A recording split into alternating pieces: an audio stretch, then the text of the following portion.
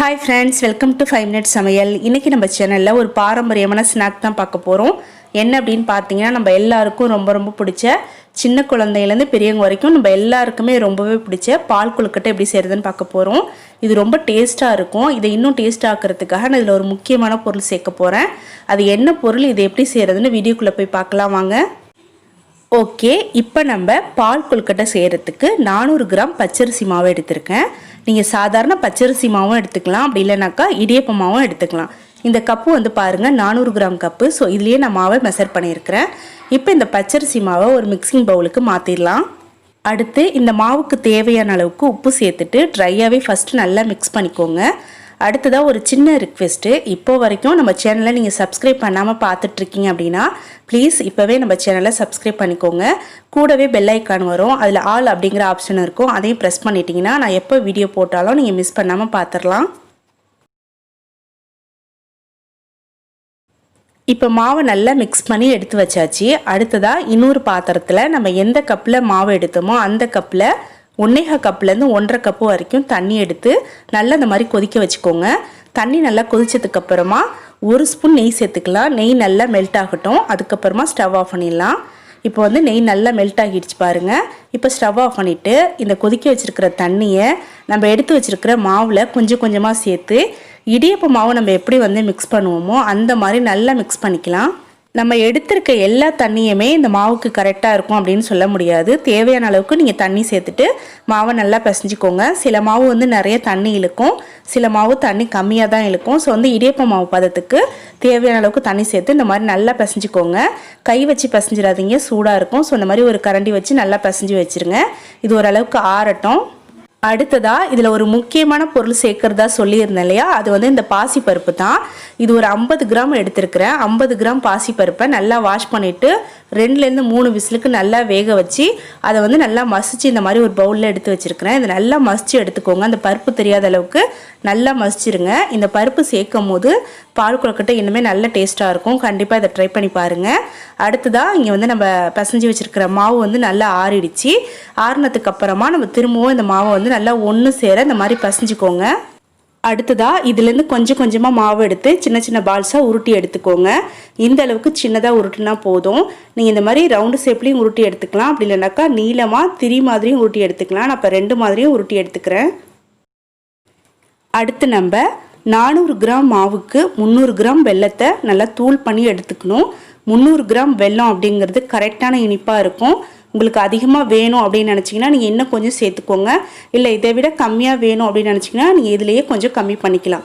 இப்போ இந்த வெல்லத்தை நல்லா தூள் பண்ணிவிட்டு நம்ம பாசிப்பருப்பு வேக வச்சு அந்த குக்கர்லேயே போட்டு அந்த வெல்லம் முழுகிற அளவுக்கு கொஞ்சமாக தண்ணி ஊற்றி இந்த மாதிரி நல்லா கரைச்சி எடுத்துக்கோங்க. பாகுப்பதெல்லாம் வைக்கக்கூடாது, லைட்டாக வந்து ஜஸ்ட் கரைச்சி எடுத்து வச்சிடலாம். இது நல்லா ஆறட்டும். இப்போ வந்து வெல்லம் நல்லா கரைஞ்சிருச்சு, அது நல்லா ஆறட்டும்.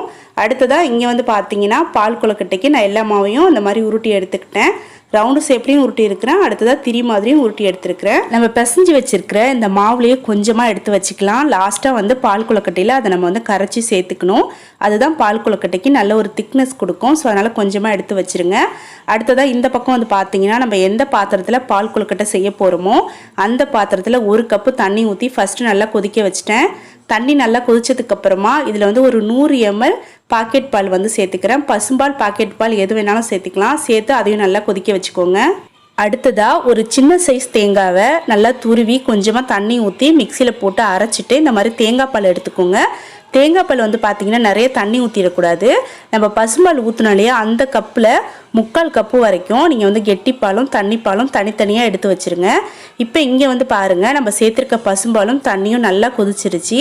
இது கொதிச்சதுக்கு அப்புறமா நம்ம உருட்டி வச்சுருக்கிற அந்த கொழுக்கட்டை எல்லாத்தையுமே இதில் சேர்த்துடலாம். கொழுக்கட்டையெல்லாம் போடும்போது கொஞ்சம் பொறுமையாக வந்து எல்லா இடங்களையும் படுற மாதிரி பரவலாக போடுங்க. ஒன்று மேலே ஒன்று போடாமல் எல்லா இடங்களையும் படுற மாதிரி கொஞ்சம் டிஸ்டன்ஸ் விட்டு போடுங்க. எல்லா கொழுக்கட்டையும் போட்டு ஒரு 6 நிமிஷத்துக்கு மூடி போட்டு நல்லா வேக விட்டுட்டேன். இப்போ நல்லா வெந்துருச்சு பாருங்கள். லைட்டாக ஒரு கரண்டி வச்சு இந்த மாதிரி கலந்து விட்டுக்கலாம். எல்லா கொழுக்கட்டையும் சூப்பராக வெந்துருச்சு. ரொம்ப வந்து கிளறி விட வேணாம், கொழுக்கட்டையெல்லாம் உடஞ்சி போயிடும். ஸோ அதனால் லைட்டாக இந்த மாதிரி கலந்து விட்டுருங்க.